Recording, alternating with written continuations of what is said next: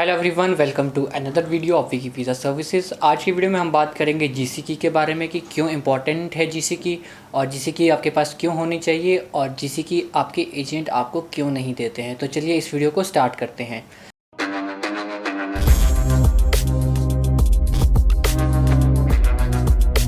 सबसे पहले हम बात करते हैं कि जीसीकी की इम्पोर्टेंस क्या है और जीसीकी का रोल क्या है आपकी वीज़ा एप्लीकेशन में।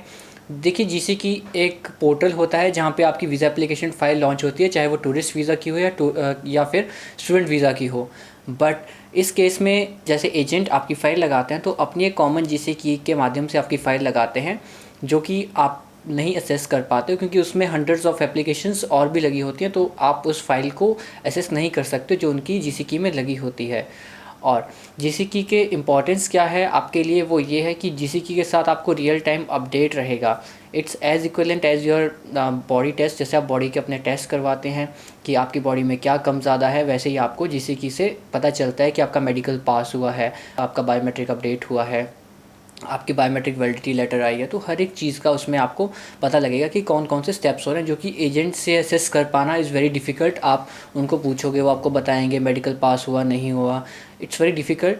तो मैं आपको एक चीज़ रेकमेंड करता हूँ कि अगर आप किसी भी एजेंट से फ़ाइल कर रहे हो तो आप उनको एक बार पहले पूछ लीजिए कि क्या आपको जीसीकी देंगे। अगर देंगे तो मैं आपको रेकमेंड करता हूँ कि आप उनसे अप्लाई कीजिए, और तो वो ज़्यादा ट्रांसपेरेंट प्रोसेस रहेगा, क्योंकि ट्रांसपेरेंसी होना बहुत ज़रूरी है इस प्रोसेस में। जब तक ट्रांसपेरेंसी ना हो, आपका प्रोसेस जो है सिंगल साइड ट्रांसपेरेंसी के साथ में बिल्कुल अच्छा नहीं रहता है। क्योंकि स्टूडेंट का राइट है, क्योंकि जो भी जीसीकी में अपलोड होता है वो स्टूडेंट की ही डिटेल होती है। इसके अलावा कोई भी ऐसा डॉक्यूमेंट नहीं होता है कि जो स्टूडेंट का ना हो।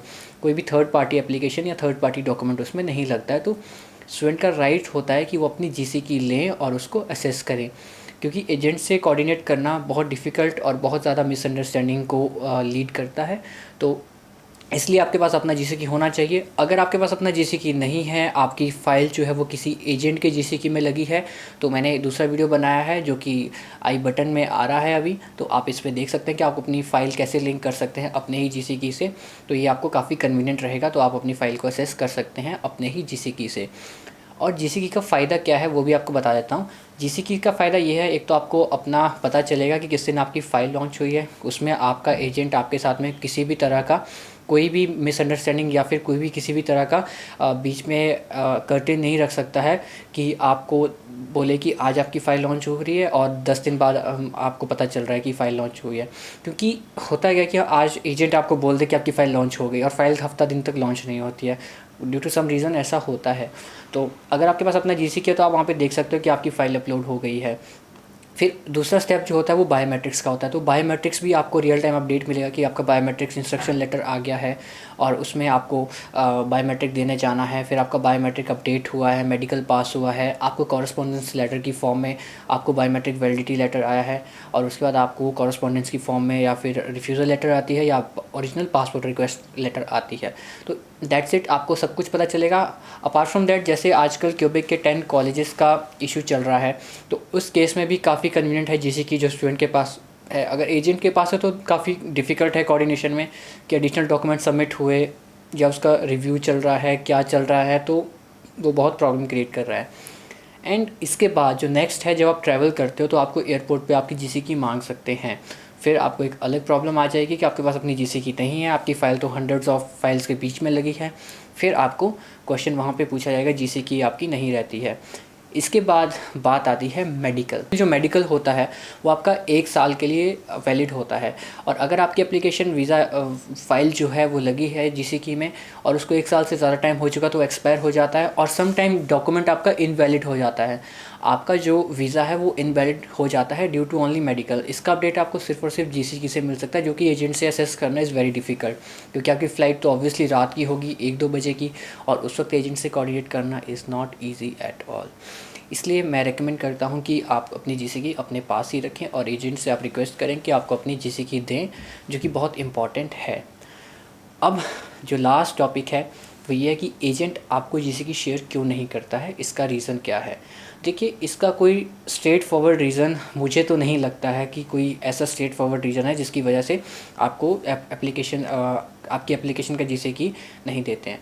पहली बात तो है कि वो कॉमन जीसीकी यूज़ करते हैं, तो ऑब्वियसली वो शेयर कर पाना इज़ नॉट पॉसिबल, क्योंकि उसमें हंड्रेड्स ऑफ एप्लीकेशन जो है वो लगी हैं। एंड सेकंड, ट्रस्ट फैक्टर भी नहीं कह सकते, क्योंकि एजेंट को जो अपना कमीशन या फिर अपना जो भी फंड्स उनको कॉलेज की तरफ से आते हैं वो तो आपके वीज़ा पे ही आने हैं, तो वो तो वैसे भी आ जाने, चाहे आपका वीज़ा किसी भी जीसीकी से आए तो। और दूसरी बात, जो डॉक्यूमेंट्स एजेंट ने अपलोड किए हैं, जितने भी डॉक्यूमेंट्स अपलोड किए उनको आप असेस नहीं कर सकते। आपको नहीं पता चलेगा कि एग्जैक्टली क्या क्या डॉक्यूमेंट्स लगे हैं। आपको ये पता चलेगा कि ये अटैचमेंट लगी हैं, उसके अंदर क्या लगा है अटैचमेंट में वो आप नहीं असेस कर सकते हो। इसलिए मुझे ऐसा कोई स्ट्रेट फॉरवर्ड रीज़न नहीं दिखता है कि एजेंट क्यों जीसीकी शेयर नहीं करते हैं। बस यही रीज़न लगता है कि जैसे मान लीजिए रिफ्यूज़ल आती है, उस रिफ्यूज़ल को हाइड करने के लिए या उसको सस्टेन करने के लिए फॉर लॉन्गर कि आज नहीं बताएंगे, आज छोड़ के 10 दिन बाद बताएंगे, हफ्ते दिन बाद बताएंगे, या फिर रियल टाइम अपडेट को हिंडर करने के लिए ही ये सब चीज़ें हो सकती है, छुपाने के लिए ही चीज़ें हो सकती है। और दूसरा तीसरा कोई भी रीज़न मुझे यहाँ पे नहीं लगता है जीसीकी ना देने का। I hope I am able to clear you कि कैसे कैसे रहता है रोल जीसीकी का और जीसीकी की क्या इंपॉर्टेंस है और एजेंट्स जीसीकी क्यों नहीं देते हैं। तो चलिए इस वीडियो को एंड करते हैं, मिलते हैं ऐसे ही किसी दूसरी वीडियो में। Thank you so much.